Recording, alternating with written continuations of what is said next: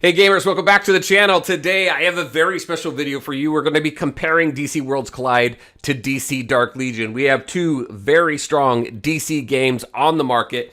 Dark Legion's been out for a few months. Worlds Collide is going to be launching in a few weeks. So what's different between the two? What are you looking for that you may be able to find in either one of these games? Or maybe both. Maybe you want to play both and you want to see how different they are. This is going to be fun. So let's get into it.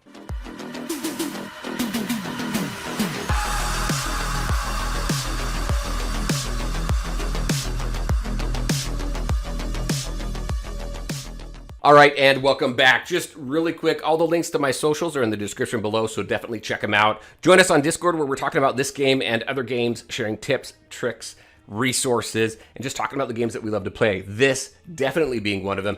DC Worlds Collide has been in and out of betas for the last few years. The first time I came across the game was in fall of 2022.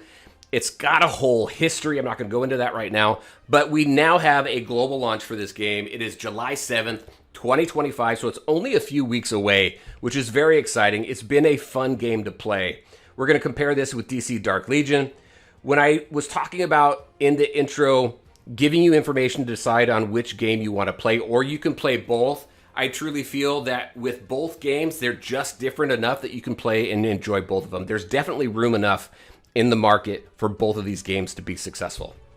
So let's talk about some of the differences here.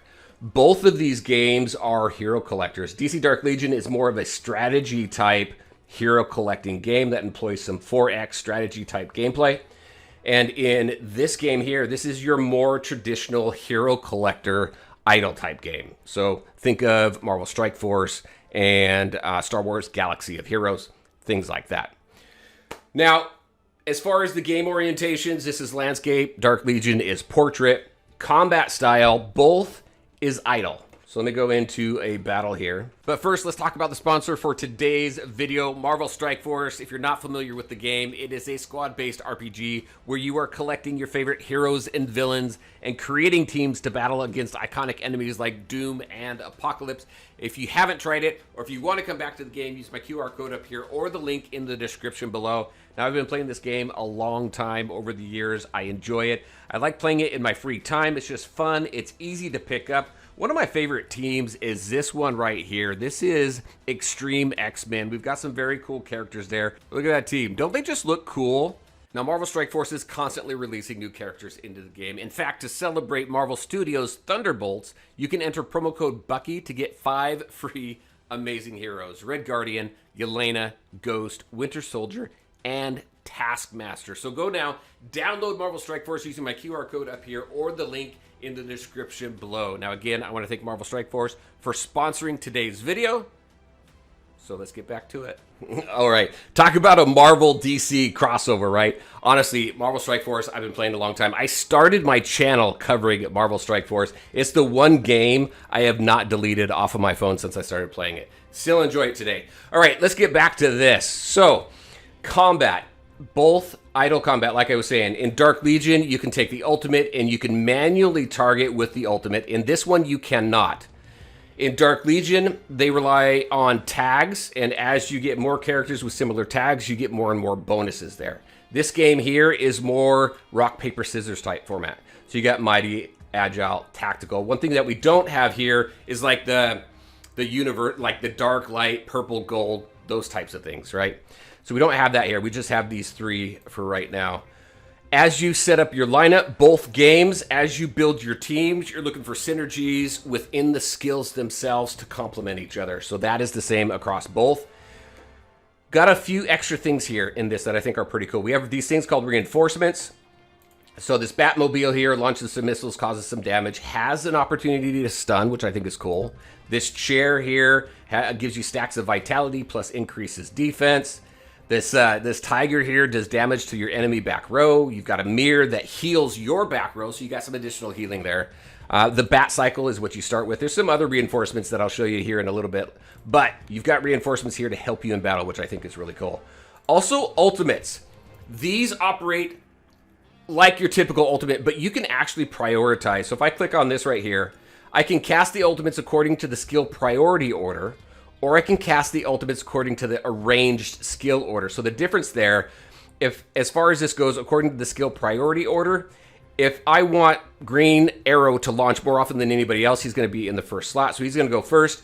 Then I'm going to get Wonder Woman. Then I'm going to get Kid Flash. But then if the cooldown is done for Green Arrow before I get to anybody else, he's going to go again. And then Wonder Woman, so on and so forth. Eventually, you'll get through your entire row here. So you want to make sure to order these in the right order in which you want to launch your ultimates. If I do ultimates according to a range skill order, then basically it's going to go 1 through 5, and then it's going to recycle and go 1 through 5 again. So everybody will launch theirs at least once, and then it starts over again. So it's a little bit different there. I'm going to go ahead. Let's start battle here. Let's see. My ultimates. The way I like to order this one, I do like having Green Arrow go first. I'm going to actually swap these two around. And I'm okay with Zatanna not doing her ultimate right now. So I think, as you can tell, the art style is very different as well, right? So some people play games based on the art style. Some people like the darker art style of Dark Legion. Some people like the more cartoony art style of Worlds Collide here. All right, so we got that one done. So that's combat. Let's go ahead. Let's talk about base building. So in DC Dark Legion, we have base building. We're building up our rooms. As we build up our rooms, that allows us to collect more and more resources so that we can build out our account, strengthen our roster, things like that. We don't really have base building in this one, but we do have bunks. So bunks over here, you unlock these different rooms and it unlocks mini games. So this first one that you unlock will unlock Squad Dispatch. We have Squad Dispatch in so many of these different games. So we have them both in DC Dark Legion and Worlds Collide. Also, as you're completing different missions and you have opportunity to purchase things in stores, you're also decorating these rooms, which I think, you know, actually is kind of cool. So I don't have this cat. I got to get this cat, and then I can go ahead and do it. And then once I'm done here, I can get some gems. Other rooms have some mini games. So this one here, we have a guess identity. It's going to slowly show you part of a picture, and then you're going to guess who it is. Let's go ahead. I'll show you here really quick. Guess identity. We got to guess the picture here. Oh, that's this guy. Boom. And the quicker you answer, then the more points that you get. So I'm just going to go ahead and get out of that. Dispatch is your typical squad dispatch. You get different resources. You send everybody out. They're going to come back with resources. In this one here, Green Arrow, we got archery practice. I'll just do this. You just move this around. And it can be a little... Actually, this is easier on your phone than it is on the computer, in my opinion. Look at, we got wind now. We got to... So let's go... Boom. There we go. 10 points. And this gets so difficult. The target also gets further away. But it's fun. It's a nice break of the monotony of everything else in the game. There are other rooms to unlock and other mini games that we're going to be able to play as well, which I think is pretty fun. All right. So that is this game's version of kind of like base building. You don't get resources and stuff. I think when you take a look at resource gains and all that, in a strategy game like Dark Legion, it's more about building up your rooms and the different buildings and collecting resources that way. Whereas in this game here, your more traditional game, Hero Collector, it's through game modes and things like that. As far as base skins and things like that, we do have some skins available in Dark Legion. We've got a couple that were made available that allows us to change the look of the different rooms. The thing that we have here is this lab decoration. This classic is the first... is where you start, and then you can unlock this spring green, which just turns everything green, as you can see. And then we have this red one. I think there's actually some gains, some resource gains that I get here as well. Yeah, look at coin idle production, 1%, experience idle, 1%. So there's 1% bonuses for this one specifically here. I don't know what the bonuses are for the red, but I think that's kind of cool. You've got these decorations that contribute to your idle production, which is this here in the middle of the room. This is where you go, and this is where you collect all of the resources that just passively get collected. All right, so let's talk about the roster. Our roster right here, character files, this is what we have. We have 60 characters available so far. In DC Dark Legion, we have 50, but we have more coming. I don't know if any more is going to be released before global launch here. There could be, but right now we do have the 60. And this is everybody we have so far, which is pretty... We got a pretty cool roster here. We got Blue Beetle.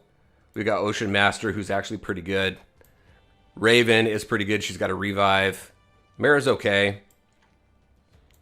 We also have these seasons in this game. We're not going to really go too deep into that, but you've got characters that have different things. Like you have a sacrifice type team. You have a shield team. You've got a counterattack team, things like that. So we'll go a little bit deeper into that. But the way that the characters are separated here, a little bit different than what we've seen in other games. So the blues are rares, which is pretty normal here. These guys we really don't use. We have these purples who are elites. We have these golds who are epics right here. And then we have legendaries as well that are gold. So not much separation. Hopefully I'm not making you dizzy. But we've got these legendaries here as well. And then in DC Dark Legion, you know, we've got the goons, we've got the epics, right? And then we've got our legendaries, which we're not going to see any more legendaries, we've been told, in that game. And then we have our mythics and our mythic pluses. So let's talk about character progression. In both games, if I've done my math right, there are 6 ways to progress your characters.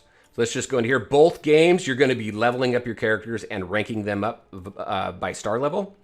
Also, in both games, you have gear. You also have these weapons. So in Dark Legion, you have legacy pieces. In this game, you have artifacts.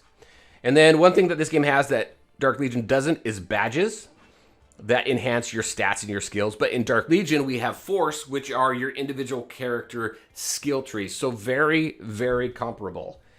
Also, in this game here, like I showed you in the combat, you have reinforcements that you can add to your setups, to your team setup. In DC Dark Legion, we don't have that, but we have jets, and that's a deviation as well, right? They don't help you in certain battles, but they do help you in certain events that game has. So we'll go over that here. Actually, let's talk about the different game modes. When I'm counting up game modes, I am counting campaign and things like that. So in DC Worlds Collide, I think I've counted 15 different game modes. This is where you're going to see a huge differentiation between the two games. Again, your traditional hero collector game, really focusing on game modes and getting resources through those game modes. And then the strategy game that Dark Legion is more focused on events. We'll talk about events here in a minute. So with this game here, you've got campaign. You've also got system recovery, which is all the same type of combat. You saw system recovery. I showed you a little bit of that.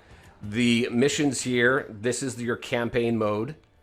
Not much story, actually, here. There is a story, but it doesn't really get told like in DC Dark Legion, how you're working through the campaign and the story unfolds. There is more story in Dark Legion than there is in Worlds Collide. But same battle setup. And then in Multiverse, this is where most of our game modes are. There's another area where there's a few others. But we have team-ups. These are like boss battles. You have these enemies that you're going to defeat, and you can actually reach out to your league members, your league mates, to help you out as well.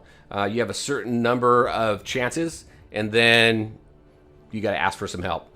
I don't really see people asking for help too much on these, to be honest with you. I'm not really a fan of team-ups, but it is a way to get some resources, so you want to do it. Elseworlds, this is a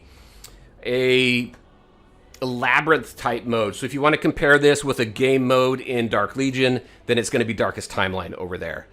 Team up, there's no team up comparison to Dark Legion. But you're going to go into here, you're going to choose a battle, you're going to go in, and then you're going to battle. And then once you're done with the battle, you're going to select a buff, and there's different rarities to the different buffs. So you're going to do that, and you're going to go all the way up to the top and collect your rewards for that. There is another labyrinth type mode, so you're going to get all the way up to here. It really doesn't take long to get up there. Another labyrinth type mode is over in Adventure, and that's Digital Universe here. Let's just go ahead and pop into this so you can see what this looks like. This is more of a puzzle. So as you work your way through the map, boom. Let me go ahead and unlock this here real quick. As you work your way through the map, look at, I exceed. I'm super strong here, so I can go ahead and skip this battle.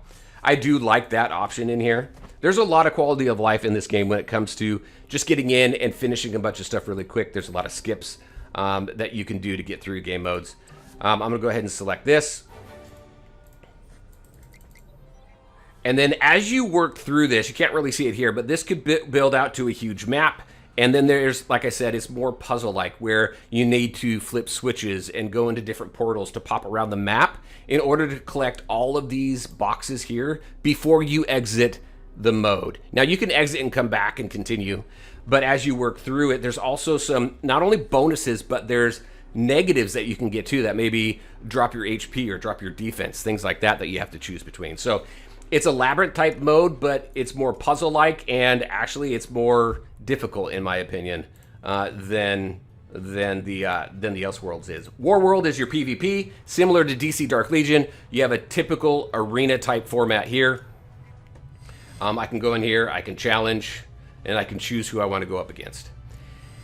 We also have a 3v3. This is always up, where in DC Dark Legion, the 3v3 that is available there is a monthly event / game mode. But in this here, I hit challenge and it matches me up, and then I go. I don't have an opportunity to choose my opponent. It's whoever I get matched up with. And then it's the best 2 out of 3. Evil Falls. This is a boss battle game mode here. Each one of these bosses unlocks on different days. As you complete or as you defeat that boss, then it goes up in level, and the higher the level in levels you get, the more rewards that you get and the more difficult they are. So this is similar to Combat Cycle in DC Dark Legion. Let's show off. Who do we have here? We've got this guy here. We've got Owlman. Here's our resources here. Let me show you what it looks like. We set up our team. It gives some recommendations as well, so we can go ahead and take a look at that and see what they recommend so we can build the best teams available. So pretty cool stuff. I can click on this right here, boom, and it tells me my traits and my classes. All right, what else do we got? We have Convergence, which is right here. So this is a tower mode. So think of this as like in DC Dark Legion, we have, oh my gosh, Training Simulator. You got the main tower, and then in Realms of Fate, you got different type of theme towers. So I think over there's a total of, what, 8? I think there's 8 towers over there. There's 5 towers here. And as you complete each stage, it goes up. So 9-1, 9-2, 9-3, all the way up to, like, I think it goes to 9-21. And then it'll go to stage 10, 11, 12, so on and so forth. So, and again, these require specific teams. And then you have these different resources that you can farm from each one of these towers. I'll go into the one that's available today. This is what it looks like. You clear everything out. Here's your rewards down here. And I think it goes up to 21.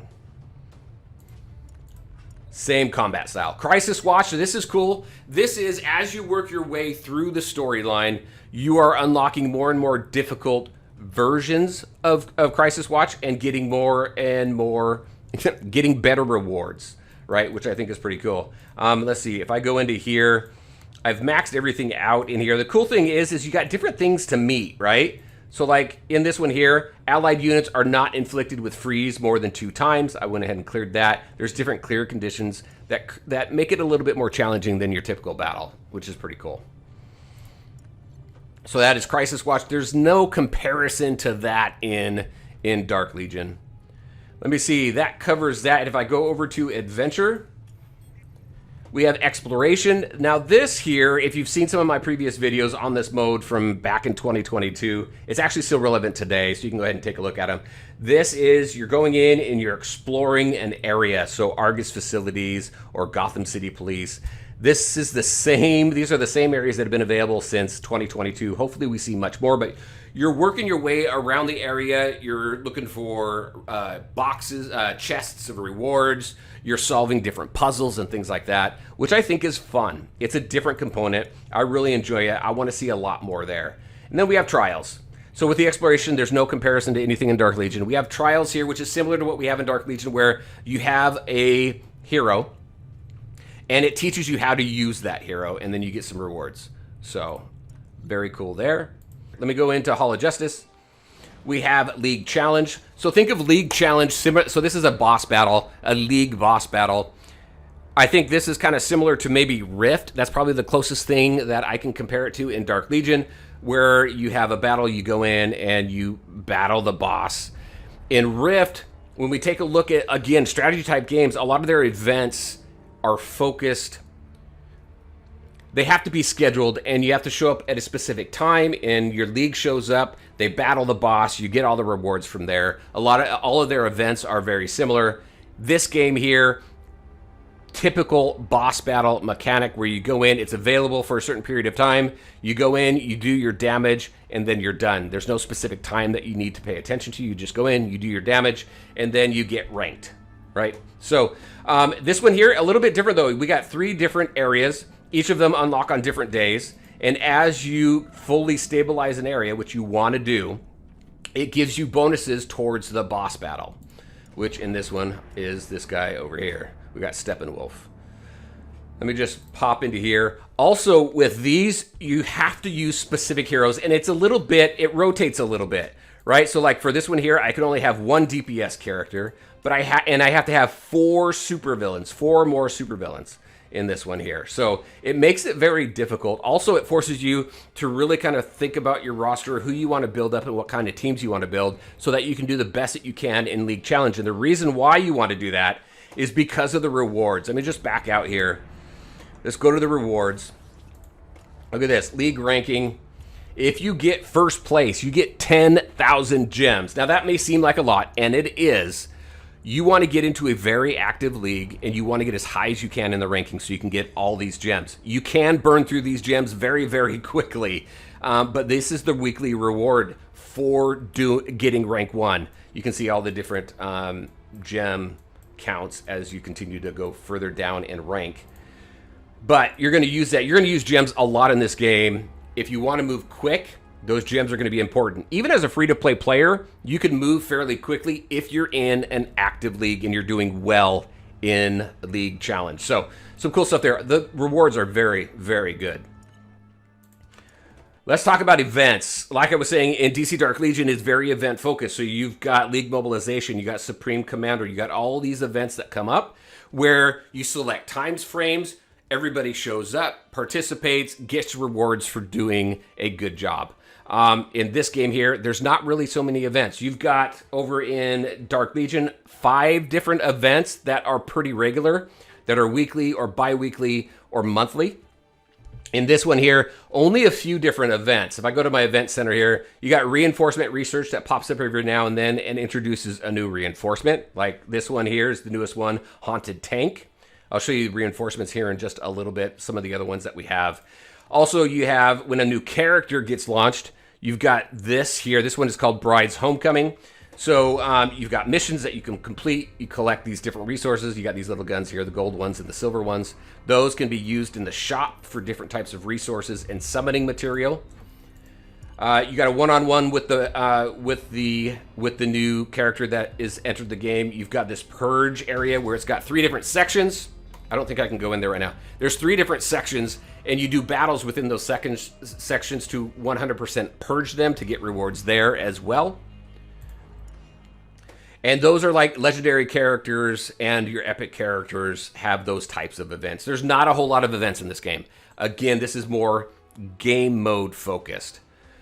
So with that then, let's talk about character acquisition. In both games, you get characters through summoning, right? So you've got mother boxes in both games, so you can summon characters through mother boxes. In Dark Legion, you also have the bleed. In this game, for banner heroes, so the bleed is specifically for banner heroes in Dark Legion. In this game here, you've got everything's in mother box, and there's different banners here. So in the case of the Bride, she had her own banner here, and you can summon off that banner. There's a % chance to summon her, but there is also a hard pity. In Dark Legion, the hard pity is 200 pulls. In this game, it's 150. So there's some difference there. When we take a look at the chance to pull the different types of heroes, Legendary is a 1% chance in this game. In DC Dark Legion, it's like a 3.84% chance to get a Mythic. And then you got a 26% chance of the base chance in Dark Legion to get the banner hero there. 3% for an epic, 41% for elite, and then 55% for rares in this game. These are much lower than what we see in DC Dark Legion. I think it's like a 30 some odd % for epic, or over there it would be legendary. And then you've got, we don't care about Lagoons and stuff over there. So these are the pull rates. So Hard Pity, 150 here. Over in Dark Legion, it's a 200. However, when it comes to character acquisition, personally, I feel it's easier in Dark Legion than it is over here in Worlds Collide. And the reason for that is because in Dark Legion, you have a weekend event, Interstellar Visitor, where you spend 3,000 gems to get 40 summons, 40 anvils. There is nothing like that in this game. The summoning material that you need in this game to summon is difficult to get. You can get them through completing different missions and getting further in different areas of the game.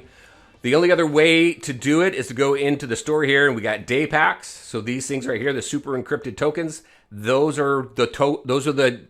the material that you're going to use for banner heroes. And then you also have, you also have this stuff here.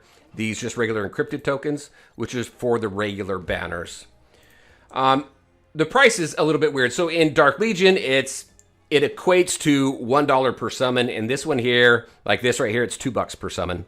Over here, if you get this pack here, this is like 1.6, like $1.60 for a summon there. So it's a little more pricey here in this game than it is for the other one.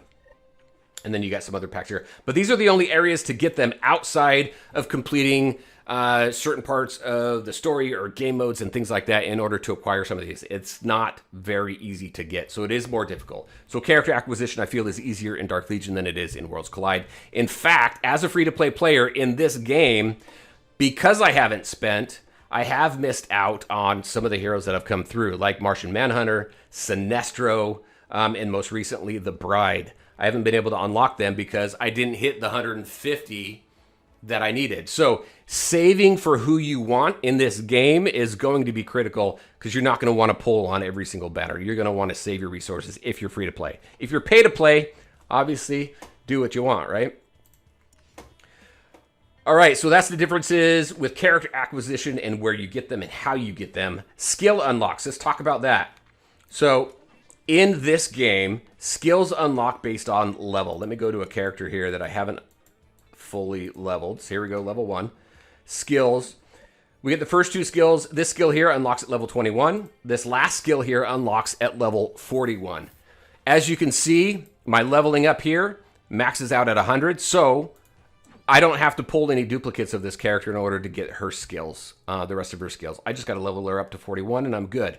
However, to rank them up, to rank these skills up higher, to level them up, then it is based on rank, which obviously is your star level. In DC Dark Legion, the way that your skills unlock for the characters is you have to have dupes in order to star them up, and once they hit certain star levels, then it unlocks their abilities all the way up to 5 white stars. After that, as you continue to rank up, just like in this game, you can rank up your abilities. So a little bit different there. I feel it's easier to rank up your heroes and your skills in Worlds Collide than it is in Dark Legion, because everything is tied to those duplicates that you need to pull in order to get those skills up. Let me talk about dupes in this game here really quick. So I can go into here and into the store. They've got some great ways to get some heroes, shards of those heroes, so you can rank them up and you can level up the skills and things like that, right? So Lex, a great hero. We have him in the arena store here. Also Zatanna, another great character in the store here. We've got Nightwing, another great character in this store here. But also you have these here. So this is reinforcement rank ups. But in Arena Shop, you have this here. This is 8th Metal. This is for ranking up heroes. So the reason why I say it's easier to rank heroes up in this game than it is in Dark Legion is because we have a universal rank up material that we can use. So if there's somebody that's not in the store on a regular basis that you want to rank up, then you can just use these, I don't know what you want to call them, wild card shards in order to rank up other heroes, which I think is pretty cool. In Dark Legion, I think one of the most difficult things to do in that game is to rank up heroes that are not part of the bleed, because it is very, very random. So there's the difference there between these two. Let's talk about free-to-play friendly. I think this is the last thing I really want to talk about in the game. When we talk about free-to-play friendly, are they free-to-play friendly? I feel both games are very much free-to-play friendly, but in different ways. In DC Dark Legion, you can get all of your heroes in your roster. As a free-to-play player over in DC Dark Legion, before I started paying, I was able to get all of my banner heroes up to 5 white stars. I didn't push it beyond that because obviously free-to-play, but I was able to get all of my heroes. In this game, not so much. You got to be much more selective. I have not been able to get all of my legendary heroes because there's not as much resources available in the game as there is in Dark Legion. Again, you got the 40 anvils every weekend, so you can do those 40 pulls. You don't have that in this game. Both games, you don't need to pay in order to progress through the campaign. You can do anything and everything you want in the game, which I think is good.